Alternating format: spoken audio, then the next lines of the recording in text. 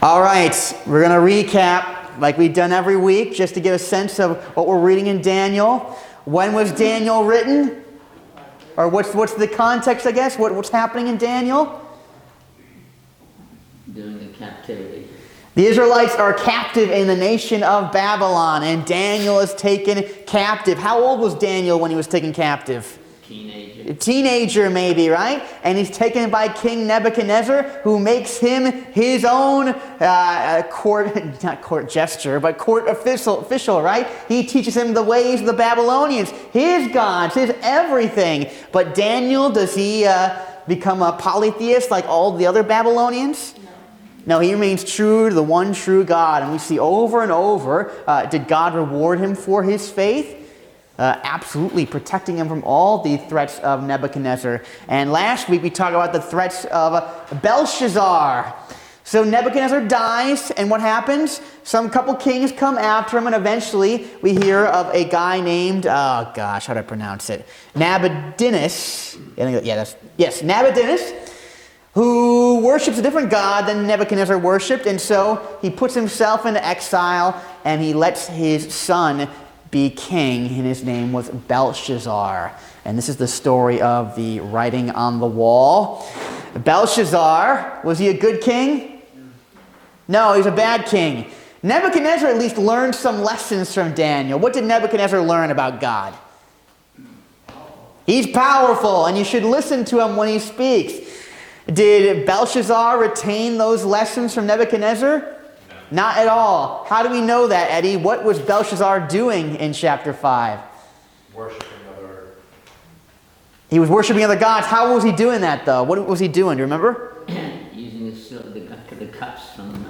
He was having a drunken party with the items from the God of the Hebrews, his temple, and using them to drink out of, right? He was having a drunken party, and he wasn't giving God credit for this. He was praising the gods of wood, stone, steel, metal. Not steel yet. There wasn't steel around yet. All these types of things.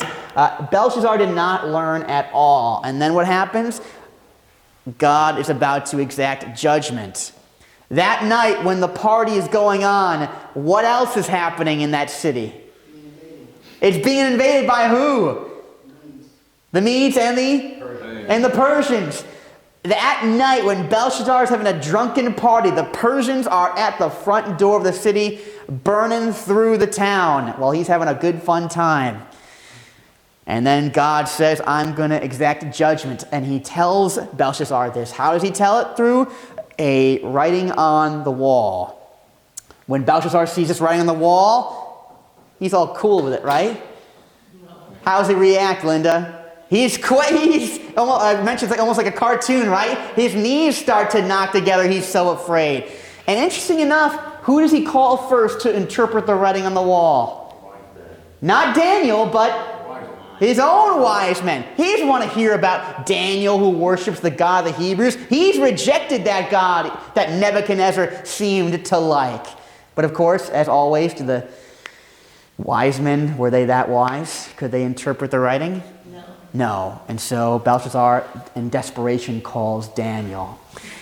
When Daniel shows up, does he smooth talk Belshazzar?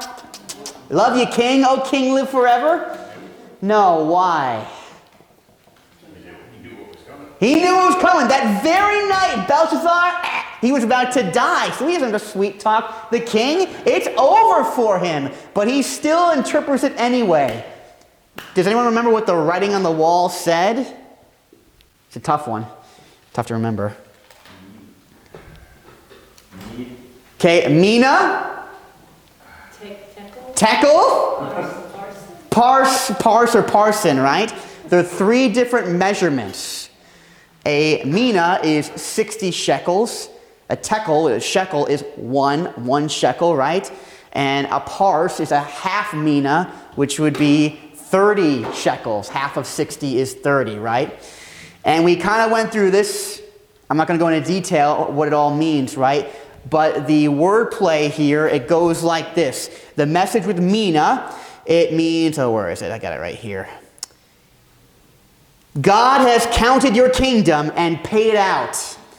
In other words, so it's mina, which is the wordplay here, God has counted out. The bill is due. It's time to pay up. In your kingdom, it's worth how much? How much is a 1 mina worth? 60 what? Shekels. And in the shekel part, there's wordplay here. You were weighed and you were light. You were lacking. How much did Belshazzar actually have? We get 60, and the next number is 1. So the bill was due for 60, and you had just 1. You were very lacking. And then we have parse or parsine, which sounds like what word? Persians. All right? The next part is, so your king will be cut from you and given to the Persians. We mentioned last week, this fulfills a prophecy. Remember the prophecy of Nebuchadnezzar? Nebuchadnezzar would be the head of gold, but the kingdom will be taken from him and given to someone inferior. Who would that kingdom be? We know now to be the Persians. And interesting enough, Belshazzar's kingdom is worth what? What was the number? 60. And it was given to a kingdom worth a half mina, which is 30. An inferior kingdom took the kingdom of Babylon away. This is God's judgment. How many years did God give Babylon to believe in him? 70 years. Nebuchadnezzar was getting close to getting it. But after Nebuchadnezzar, we see from Belshazzar, they had still rejected the one true God. God gave grace and his face was spat on, and so he gave judgment. And just as the Israelites were judged by who? What nation? What was the question? Just like the Israelites were judged by which nation? Who judged Israel? Who captured Israel? The Romans. No. Kingdom. The Babylonians did. Just as Israel was captured by Babylon, judged by Babylon, who does God judge the Babylonians with? The Persians. Questions on what we talked about last week. Does that make sense? Kind of give a historical background. So who's in charge right now at the end of this chapter? Darius the Mede, the Persians. Let's go to... Daniel, it was his gift. He should have been Daniel. He was made third in command. Okay, we'll talk about that, Eddie. We're going to talk about that in a moment, about where does Daniel fall in all this, right? We're going to go to Daniel chapter 6.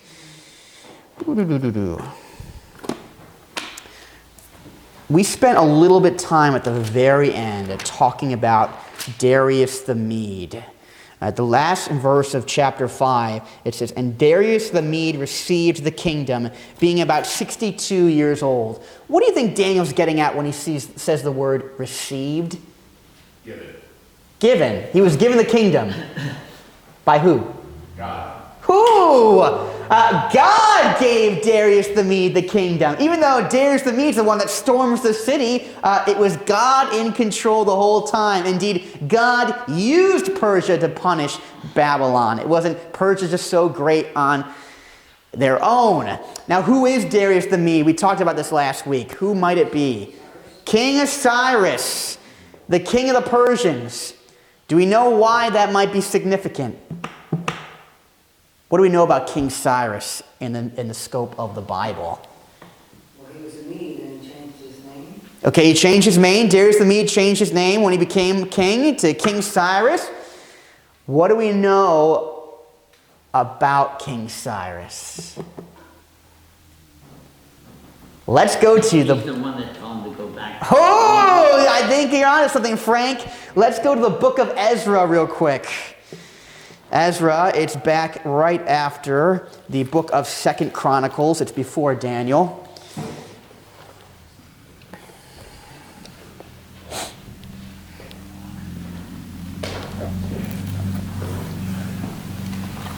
In my Bible, it's page 389. But we all got different Bibles, so that's not very helpful. It's Ezra. Ezra chapter 1.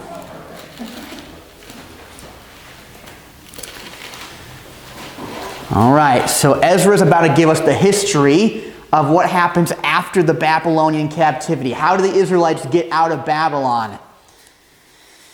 In the first year of Cyrus, king of Persia, at the word of the Lord by the mouth of Jeremiah might be fulfilled, the Lord stirred up the spirit of Cyrus, king of Persia, so that he made a proclamation throughout all his kingdom, and also put it in writing. Thus says Cyrus, king of Persia, the Lord, the God of heaven, has given me all the kingdoms of the earth, and has charged me to build a house in Jerusalem, which is in Judah. Whoever is among you of all his people, may his God be with him. And let him go up to Jerusalem, which is in Judah, and rebuild the house of the Lord, the God of Israel. He is the God who is in Jerusalem. So why do we care about King Cyrus? What does he do for the Israelites? He let him rebuild. He let them go back home and build the temple. So not only do the Persians, are they the ones that judge the nation of Babylon, but it's through the Persians that God saves the Israelites, that they might go back and rebuild the temple. We'll talk about temple history in a second time, but this temple is the one that Jesus would end up walking through. This is the second temple that was destroyed after Jesus ascended into heaven. Questions on that? We tracking? All right, let's keep going. So we see this is right after Persia conquers the Babylonians. Chapter 6 starts. The first 3 verses we're going to read. It pleased Darius. Who's Darius? Cyrus. King Cyrus. Good, you passed the test. To set over the kingdom 120 satraps to be throughout the whole kingdom, and over them 3 high officials, of whom Daniel was one, to whom these satraps should give an account, so that the king might suffer no loss. Then this Daniel became distinguished above all the other high officials and satraps, because an excellent spirit was in him. And the king planned to set him over the whole kingdom. First, real quick, just a definition. A satrap, think of it like a mini governor, like a mayor, right? And so they would be in charge of a region.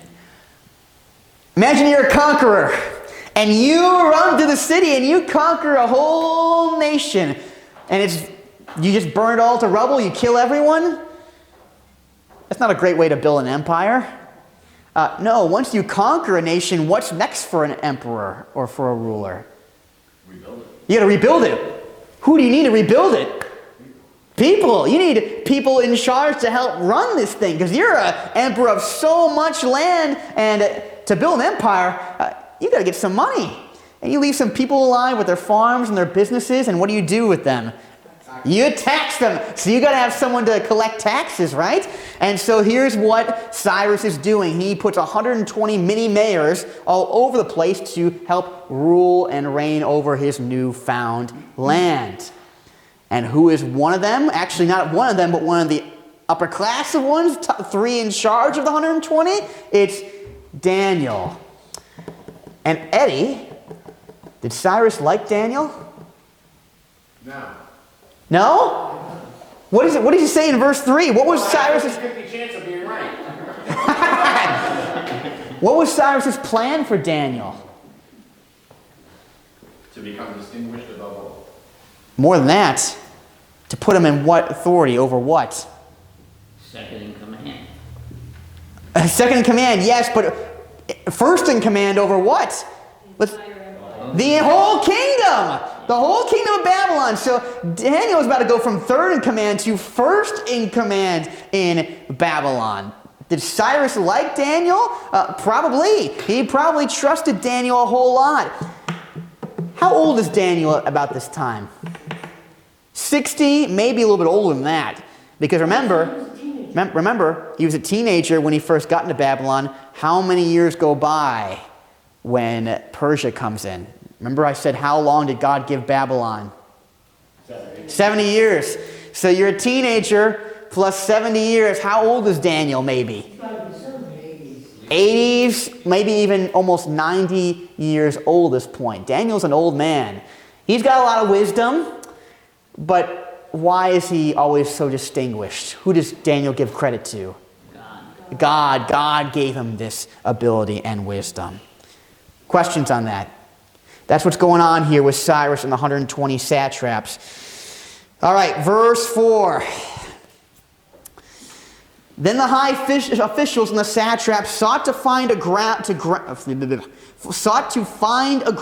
for complaint against Daniel with regard to the kingdom. But they could not find no ground for complaint or any fault, because he was faithful, and no error or fault was found in him.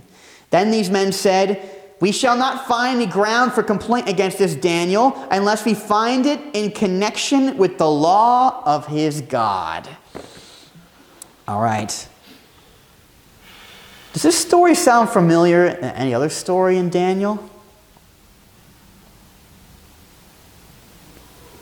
Yeah, when King Nebuchadnezzar built a golden statue, they had to worship. Daniel chapter 3.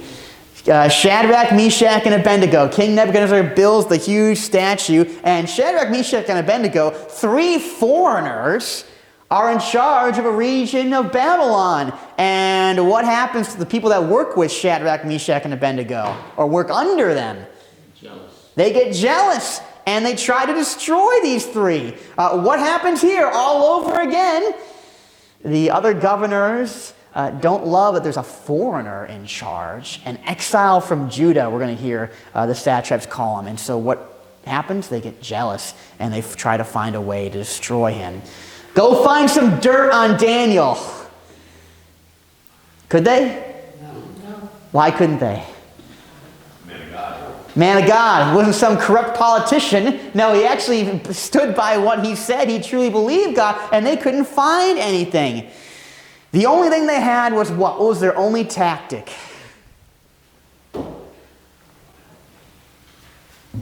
What does it say at the end? Verse 5. Unless we find a connection with the law of his God. This is actually a pretty interesting detail. Did Daniel hide that he was a monotheist and only believed in one God? All the other governors knew this guy only worships one God. He doesn't hide it from anyone. He's in a world of polytheists where everyone else believes differently. Daniel's an outsider, and yet Daniel boldly proclaims to anyone who will listen, "I believe in the one true God." So these satraps know that. And what does God ask of us? What did God ask of Daniel? Some things to follow. Worship no other God. What commandment is that? But no other God before me. Isn't it the first one? It's the first commandment, right? Do you think the satraps knew that? Oh, they knew. Oh, we can probably get this guy trapped in the law of his God. Because you know the story, what happens next, right? The whole scheme is based on Daniel won't want to break that commandment, but we're going to try to pressure him to do that or be destroyed. Make sense? Well, this is the second time it happened. It happened with the 3 boys. Exactly, right? We see this happening all over again, right? Perhaps this is intentional to echo, will God deliver Daniel if he's faithful here? We will see. Of course he will, yes. Okay, let's keep going. To verses 6 to 9. Then these high officials and satraps came by agreement to the king and said to him, "O King Darius, live forever." All the high officials of the kingdom, the prefects and the satraps, the counselors and the governors are agreed that the king should establish an ordinance and enforce an injunction that whoever makes petition to any god or man for 30 days, except to you, O king, shall be cast into the den of lions. Now, O king, establish the injunction and sign the document so that it cannot be changed, according to the law of the Medes and the Persians, which cannot be revoked. Therefore, King Darius signed the document and injunction. So what's the plan? To trap Daniel, Trap Daniel, how? because he wouldn't do that. Because he wouldn't do that. In the law of his God, to serve no other gods except one. He would not follow Darius's decree. Look at verse 6. It says, all the high officials and satraps came by agreement. What does that mean? It was a conspiracy. Conspiracy, maybe? They all agreed to go there. They were unanimous. Basically say, we all talked about this and we all think the same thing. They were all in on it together. They came in a crowd to Darius. All of them, except maybe one. The one missing is, of course, Daniel. And they say, hey, we all agree you should do this. This is a great idea. And King Darius is standing in front of 120 satraps and 2 of his high officials, all going, yes, this is a great idea. You should do this. And the idea is to do what? What is the decree that King Darius should sign? Worship nobody. Not quite worship nobody. Only pray to no God or no man except King Darius. Some people take this to say, well, they're deifying King Darius. But that's not quite the case, because if they were deifying him, he would be a temporary god. Because this is for how long is this lasting? 30 days. So not deifying him, they're kind of making him the high priest of all gods. If you want to pray, you got to go through King Darius. It's almost like a certain other church in our world today where you want to pray to Jesus, you got to go through Mary. You got to go through the priest, right? You have to have someone intercess for you, right? Do we believe that? No, we know we can pray right to our God. We get close to idolatry when thinking we have to go to someone else. And certainly it is here, right? King Darius would be the high priest of all the gods. Another reason why this 30 days period might be used in history, that day when Persia was invading, I mentioned King Nabonidus, I can't pronounce his name, the father of Belshazzar. Remember, he didn't die. He exiled himself because he worshipped a god that other people didn't like. Well, he actually came back to the city when Persia was invading to fight. And you know what he brought with him? He loaded a cart and threw all the statues from all the temples, all the idols in the cart, because surely if I have all the powers of the idols with us, the Babylonians would win this fight. So you can imagine how pathetic it is. He's loading up all these statues that are lifeless, they're made of wood, they're made of metal, and he's carrying it down to the city. So where are all the idols right now? Are they in the temple? In the temples? No, they're all back in the city. And so that would mean that idol worship would be postponed until the idols could get back to each temple. And so for 30 days, because the idols were not at the right places, the 120 say, we have a great idea. Why don't we put you in charge, King Darius, of all the religious stuff? Why don't we put you as head honcho for 30 days while the idols have to get back to their respective homes? Again, on first glance, doesn't sound like a bad idea for King Darius, right? Because King Darius, he's the new conqueror. He's trying to get his foot in the door and have people respect and honor him and his authority. And so, okay, what a great idea then to have me be in charge of all the religion for 30 days. Does that make sense? All right. Why do you think King Darius says yes to this so easily? Okay, going back to he wants to win their approval. Kind of strokes the ego a little bit, being head honcho. What else? I mentioned this earlier. He didn't want to go against the crowd. Okay. Remember the scene. King Darius is sitting in the seat. Who's in front of him right now? 119.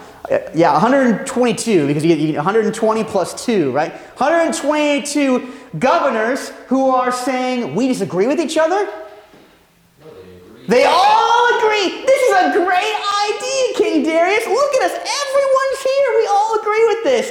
Except one, right? And so King Darius, maybe trying to, not go against the crowd very much. After all, it's not an idea that goes against him or makes it any work for him. Agrees very easily. Does it make sense? Good. All right, let's keep going. Verse 10. What a baller Daniel is. When Daniel knew that the document had been signed, he went to his house where he had windows in his upper chamber open toward Jerusalem. He got down on his knees 3 times a day and prayed and gave thanks before his God, as he had done previously. So when Daniel finds out that 122 governors go behind his back to try to get him destroyed, what does he do? Goes to God and prays. Same exact thing he's always been doing.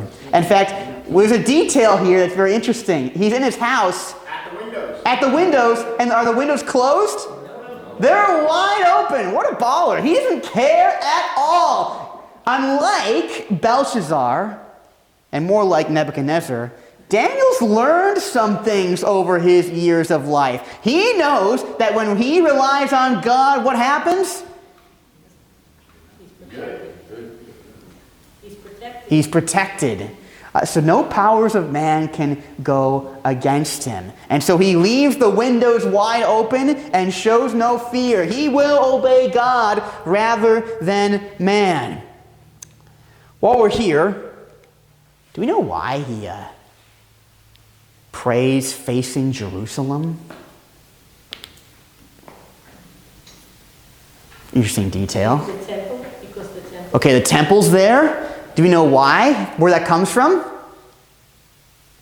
No problem, because I'll tell you where it comes from. We're going to go to 1 Kings chapter 8. We're all learning here together. It's awesome. 1 Kings chapter 8, verse 27. This is the story of Solomon. What do we know about Solomon? He built the temple, right? Okay, so we're going to do, chapter 8, verse 27. He's praying to God. And this is what he says. Make sure I got the right one. But will God indeed dwell on the earth? Behold, heaven and the highest heaven cannot contain you, much less this house that I have built. What's the house? It's the temple. Yet have regard to the prayer of your servant and to his plea, O Lord my God, listening to the cry and the prayer that your servant prays before you this day, that your eyes may be open night and day toward this house, the place of which you have said, my name shall be there, that you may listen to the prayer that your servant offers toward this place. So what is King Solomon asking of God?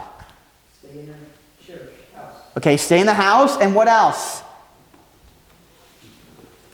What's that last verse say?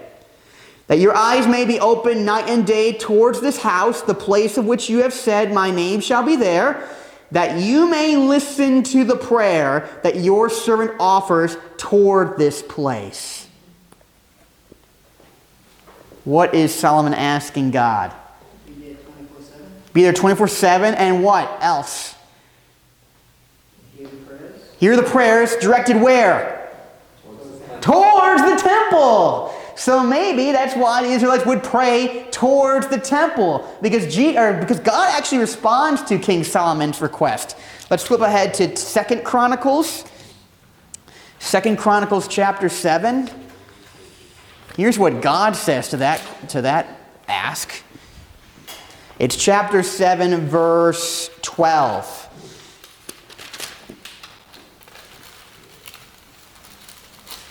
It's 12 and 15.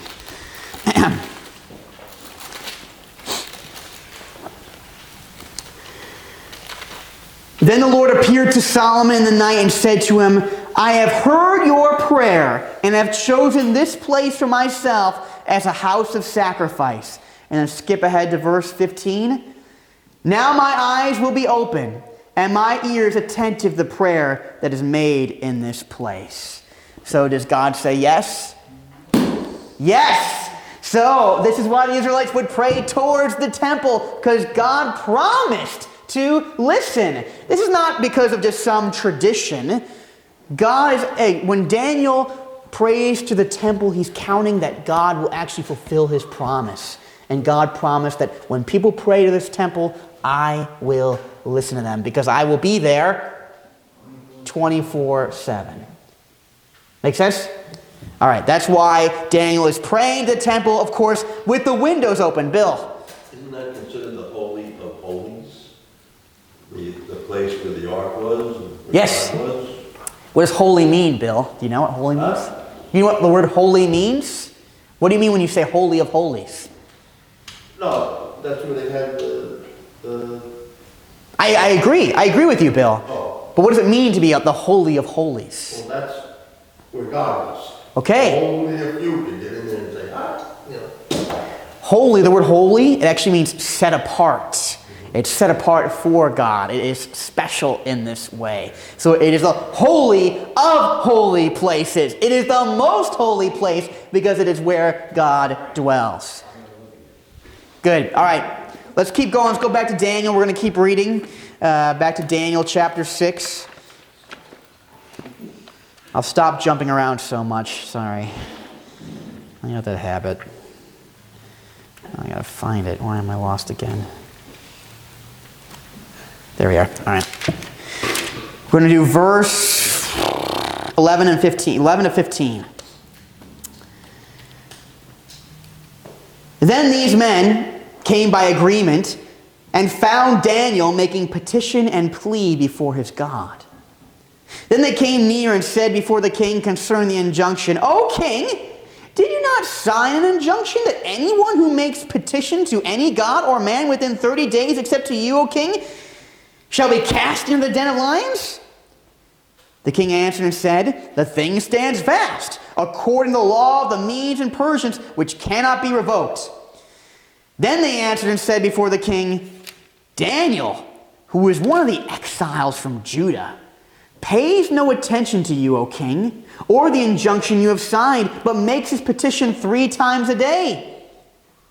Then the king, when he heard these words, was much distressed and set his mind to deliver Daniel, and he labored till the sun went down to rescue him. Then these men came by agreement to the king and said to the king, Know, O king, that it is a law of the Medes and Persians that no injunction or ordinance that the king establishes can be changed. All right. You kind of have to imagine the scene. What do the satraps know about Daniel? What's he doing? They know that he's going to pray. They know he's praying. They just see him pray once. 3 times a day. You can imagine the satraps probably had some random dude just stand outside Daniel's house watching.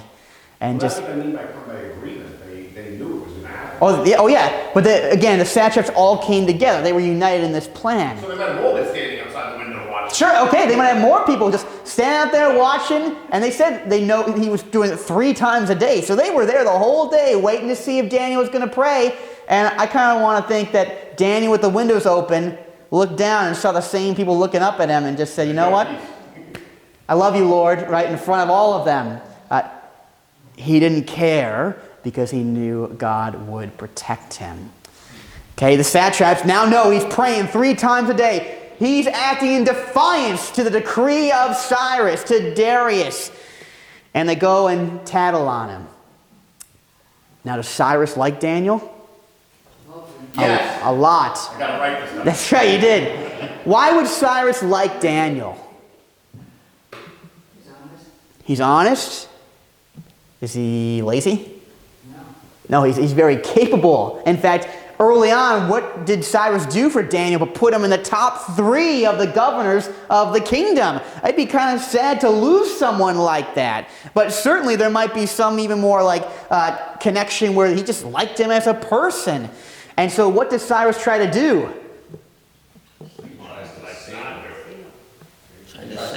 He tries to save him. Now, we don't know exactly how he did this, but he probably tried to consult experts of the law to try to get around this law of the Persians and the Medes that can't be revoked. But then the other satraps, they kind of show their hand a little bit. What do the satraps say to King Cyrus when he tries to course correct? They're like, oh, wait, no, you said that, well, you signed this, so it cannot be revoked. You cannot, it's too bad, all right? They kind of tip their hand a little bit. If they really were loyal to the king, they would say something like, let's try, let's find something, we'll work with you. But they don't care about working with the king because they want the end of Daniel. The satraps tip their hand a little bit and say, we're not on your side, King Cyrus, we're on our side. And we'll see, making the king angry probably won't have a good outcome for them. They aren't really trying to establish favor in the eyes of King Cyrus. They just want Daniel gone. I do have one question about that. When you said that, what did Daniel do now? They were just jealous of Daniel because Daniel was in charge and they weren't. And so they just were envious of him. Okay? All right. Why do you think King Cyrus didn't just go, you know what, I don't care about the law, I'm going to save Daniel?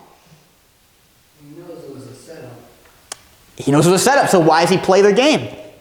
Why doesn't he just say, you know what, I don't care about the law, I'm the king, I get to say what's what, irrevocable, I am irrevocable, and I'll just change the law. Maybe he thought it was right. Okay. He wanted to save him. Okay, well, yes. If he didn't save him, he would have died. But King Cyrus doesn't save Daniel. Why? Because he knew Daniel would be saved. Okay, he knows God does. What else? Why wouldn't King Cyrus just say, I'm going to negate the law, I don't care what the law of the Medes and the Persians is? 122 that, agreed that should be a law would say, well, then no laws matter if you're just going to do what you please. If no laws matter. Remember, King Cyrus is what to the Babylonians? He's their brand new ruler. And I have come with the law of the Persians that never changes. Psych, I'm going to change it the first day on the job.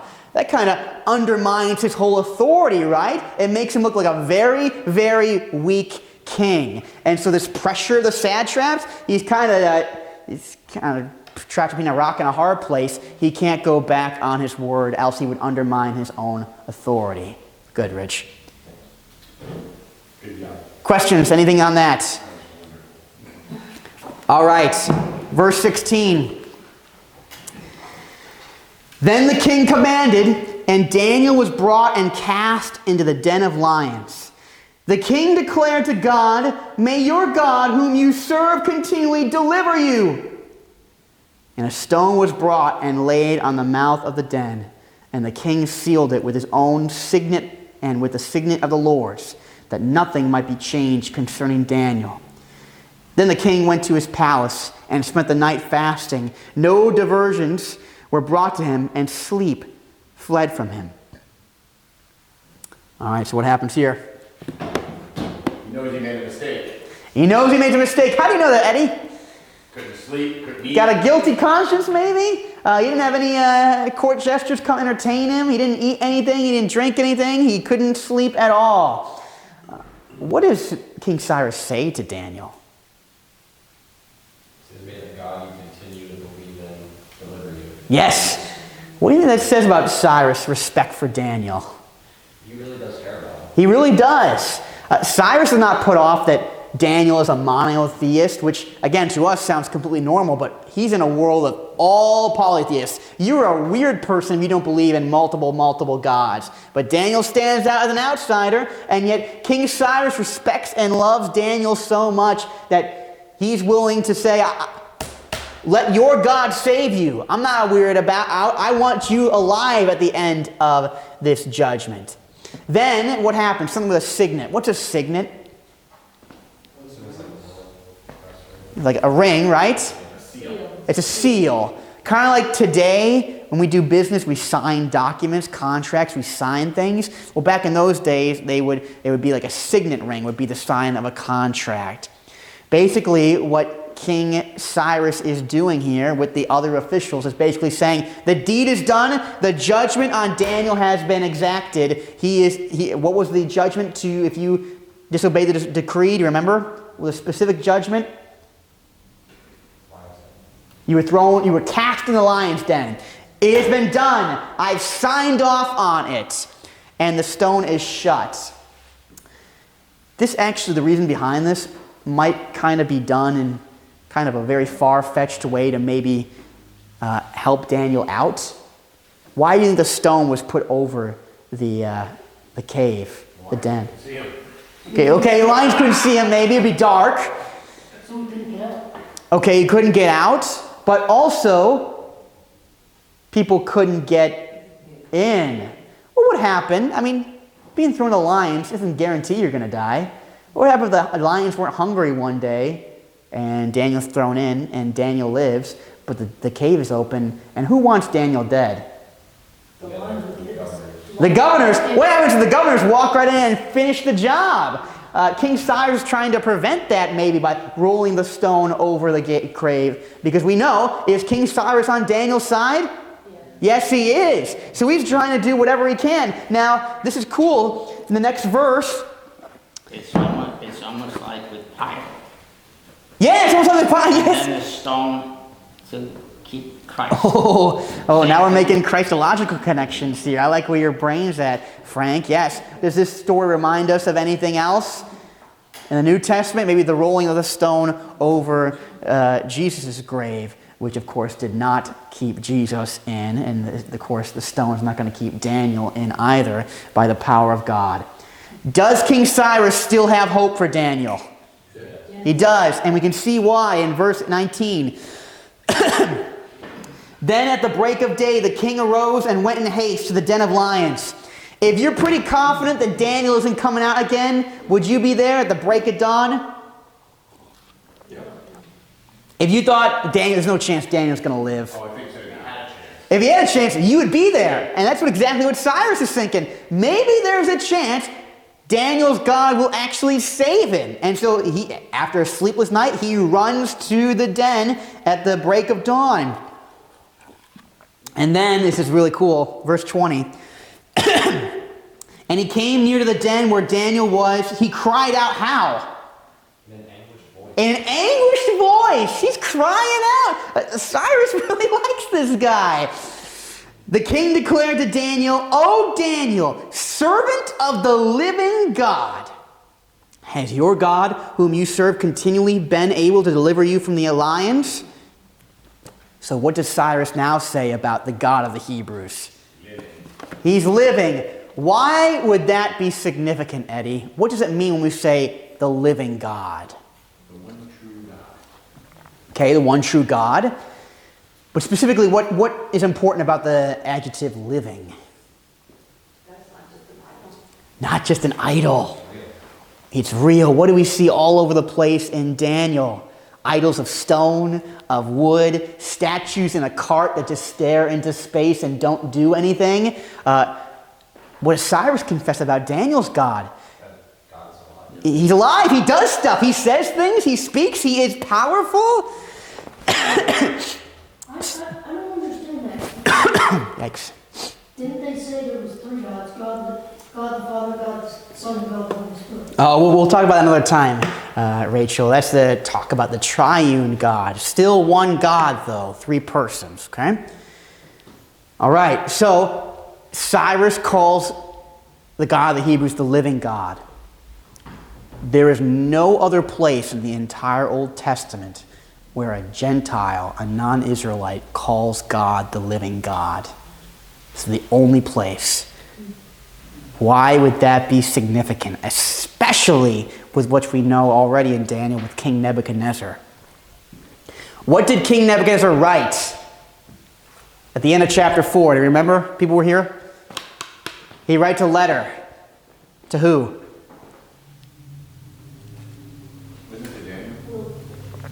He writes through Daniel, but who does he address it to? A God. Okay, oh yeah, yes, okay. Let's go back to chapter 4 real quick. Daniel chapter 4.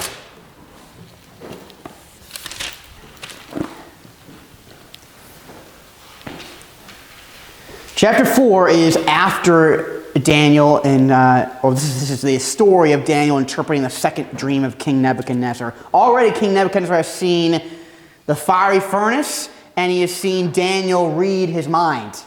And this is what he writes. King Nebuchadnezzar, to all peoples, nations, and languages that dwell in all the earth, peace be multiplied to you. He's writing to everybody. And what is he writing?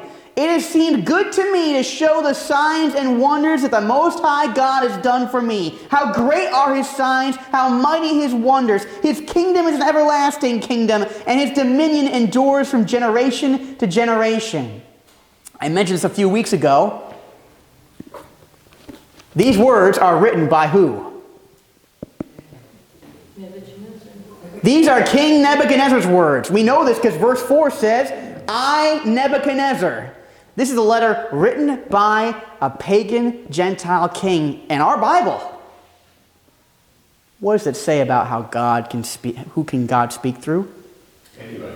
God can speak through anybody. Not just through the Jews, but even the Gentiles. The story of salvation is not just for one group of people, it is for everyone. And when you are filled with the Spirit of God, you can truly speak the truth. Just like calling him my servant. My servant, right? We are all servants of the Most High God, whether we know it or not, interesting enough. All right, questions on that. Kind of cool thing, right? That Cyrus is calling God the living God, speaking the truth to us, a pagan Gentile king. Let's keep going. He asked the question, probably there's a dramatic pause in between the question. O Daniel, servant of the living God, has your God whom you serve continually been able to deliver you from the lions? Then Daniel said to the king, O king, live forever. My God sent his angel to shut the lions' mouths, and they have not harmed me, because I was found blameless before him. And also before you, O king, I have done no harm. All right. Daniel does a little bit of the lip service. He says nice things to Cyrus. Why? He wants to get out of the den. He wants to get out of the den, right? There are two kings that Daniel actually talks nice to. He doesn't talk nice to Belshazzar, but he talks nice to Nebuchadnezzar and to Cyrus. What's in common with both of these two kings and Daniel? They respect him. They respect him, but also they acknowledge his God. Both of them end up saying the God of the Hebrews is the Most High living God. And so they're on Daniel's team as far as he's concerned, which is why he speaks this way. Now, of course, he wants to get out of the den, but what does he say happens? He says, my God sent his angel to shut the lions' mouths, and they have not harmed me. Still could have been too complicated. I was going to go to that, Billy. Imagine the scene, right? Because it was shut, Eddie was onto something. It could have been dark. And you hear just the steps of lions around you, the brass, the growling. I'm sure Daniel felt a little bit of fear. And yet, did he still believe? God was in there with him. Think about walking in your neighbor's yard, you got a dog. You take a couple steps, you're worried. That's right, that's right. Sure, a bunch of little pickings That's right. that stand up to your face. And what we'll find out in a moment, these weren't fully fed lions. These were ravenous lions. We'll read in a second about that, right? Starving. And yet their mouths are shut. By who? By an angel. Who's this angel? God. We don't really know. When we talked about the fiery furnace, we said that the fourth figure might have been the pre-incarnate Christ, the Son of God. I would be careful saying every angel we see in the Old Testament is the pre-incarnate Christ, the Son of God, because angels still do the work of God sometimes. We see an angel protect Daniel. Why was he protected? Why does Daniel say he was protected? That was found blameless. He was found blameless. What commandments did he obey? The first one. First and also the third one, right? That he continue to worship his God. But interesting enough, what else does he say? He's blameless towards God and who? You. And King Darius, King Cyrus. How can that be? Because Daniel was in direct rebellion to Cyrus. I'm not going to obey your decree. How can he be blameless? How could he not break the fourth commandment? What's the fourth commandment? The way I have the confirmants remember it, it's the promise. Live long and prosper if you do this. 4 fingers.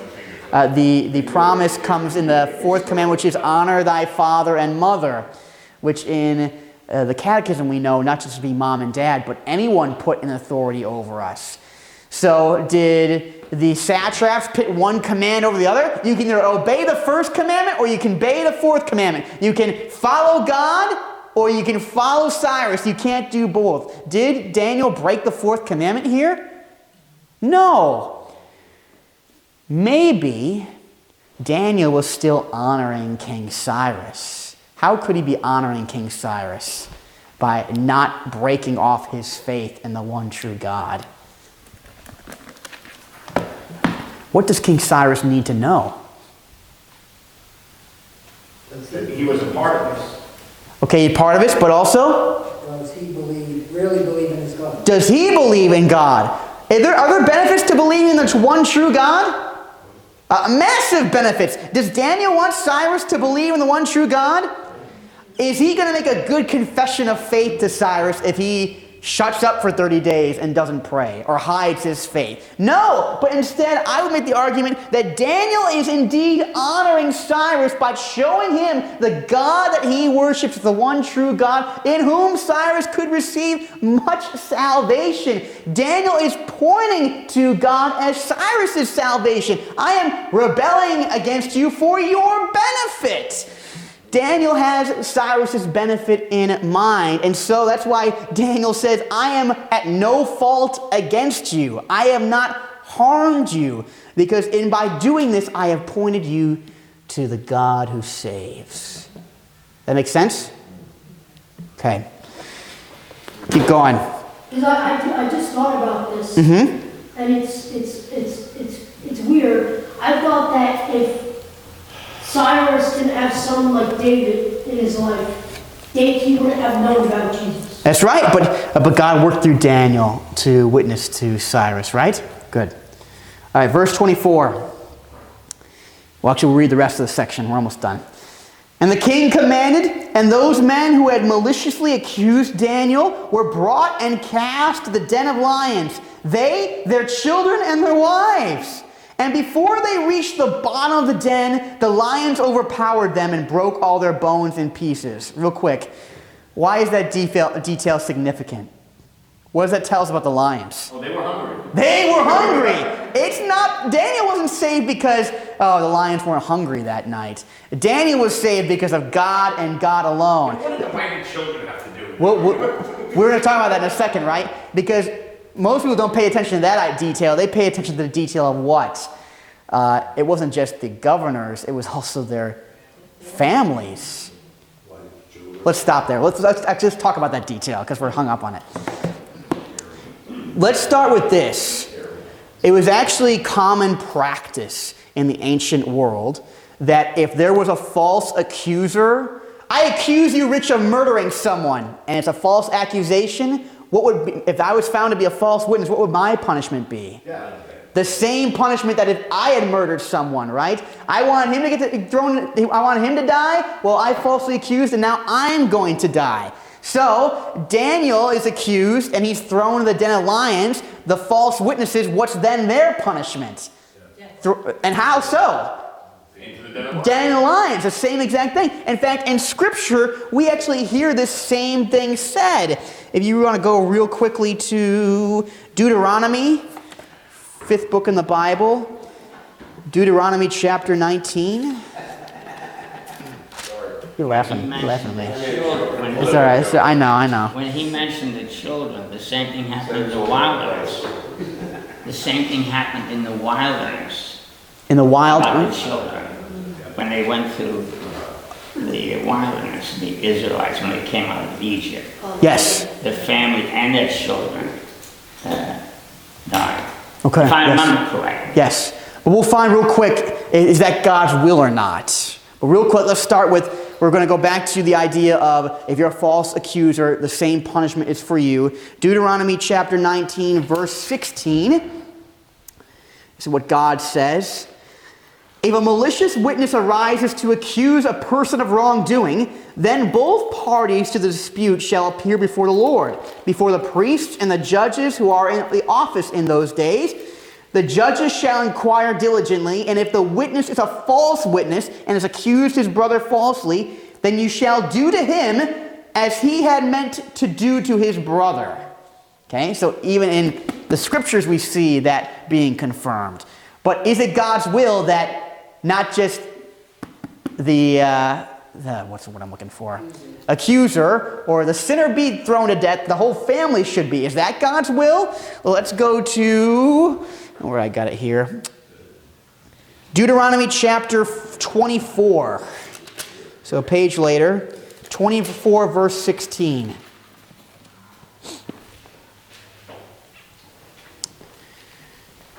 Fathers shall not be put to death because of their children, nor shall children be put to death because of their fathers. Each one shall be put to death for his own sin. So, is what happened to the satraps God's will? No. And remember, who's acting here? Is it? Cyrus. It's Cyrus. Is Cyrus an Israelite? No, he's acting as a pagan king to punish them with the families and the kids and the wives. This cruelty, we call that this is a descriptive thing, not a prescriptive thing. Descriptive is it's just describing an event that happened in history. Prescriptive means it's something that God wants us to do. Does God want us to punish a whole family for the sin of one? No, according to scriptures. Make sense? All right, let's finish up.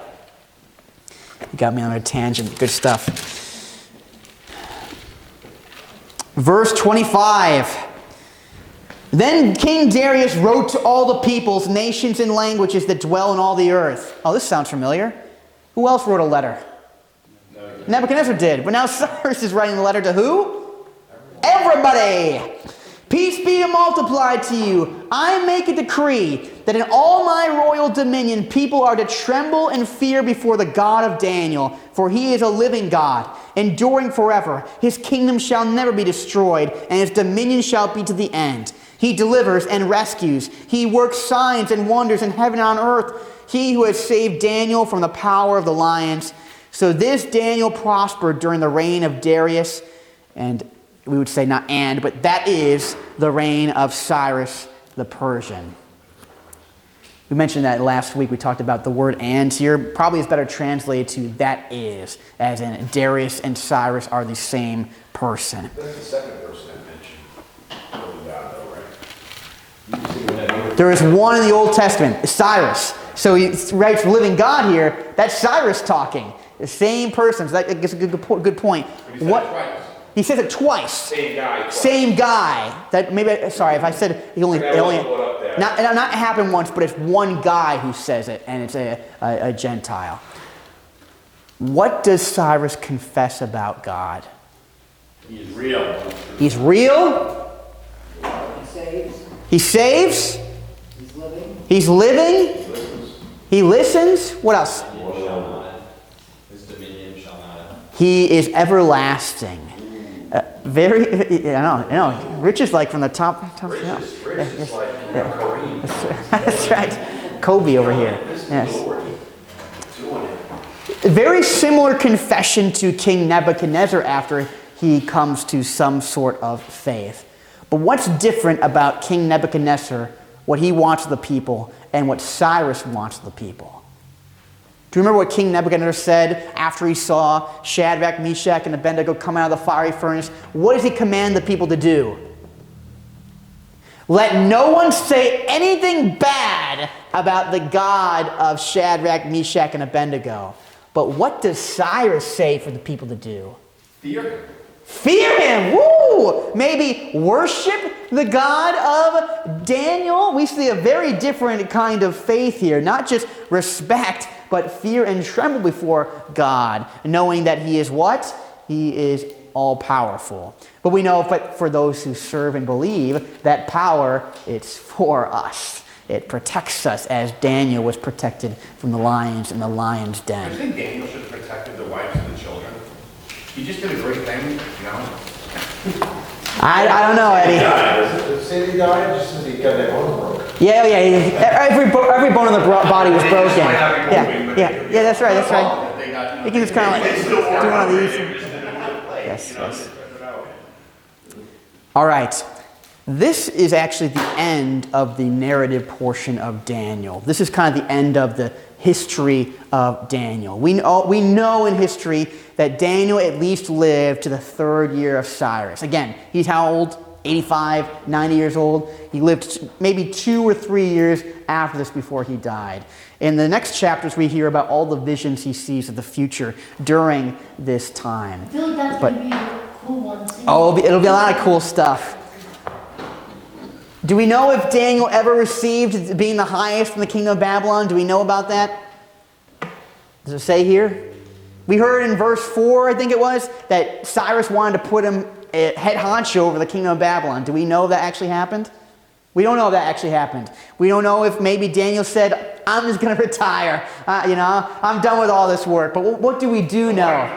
What do we do know? What happened with Daniel in the remaining years of his life? What does God do for him? He prospered, right? He was very much blessed by God. And why would God bless Daniel? He was faithful even in the face of death and judgment. He knew that his God would protect him. Our God protects us even in the face of danger and trial in this life and, of course, the life to come. Any final questions or comments on Daniel chapter 6? It's good stuff today. All right, we're going to take a break until April. We're going to start with our midweek services starting next Wednesday, Ash Wednesday. Please come. It'll be great. And come Sunday when we burn the palms and create the ashes for the service. Let's pray. Dear God, Father, thank you for telling us that you are all-powerful. You are the living God. You do things. You say things. You are powerful for us. You live for us. You care for us. You protect us from all evil. And we know that you have sent your Son to die for us and to rise for us. We don't deserve these things. But you have given us so much by your grace. In your indescribable love, you have given us so much. Nurture us in your love that we might live out our faith even in the face of evil and trial, knowing that in all things you will be with us. You will never abandon us, and soon we will see you in heaven forever. Protect us this night. Keep us safe this week. In Jesus' name we pray. Amen. Thank you.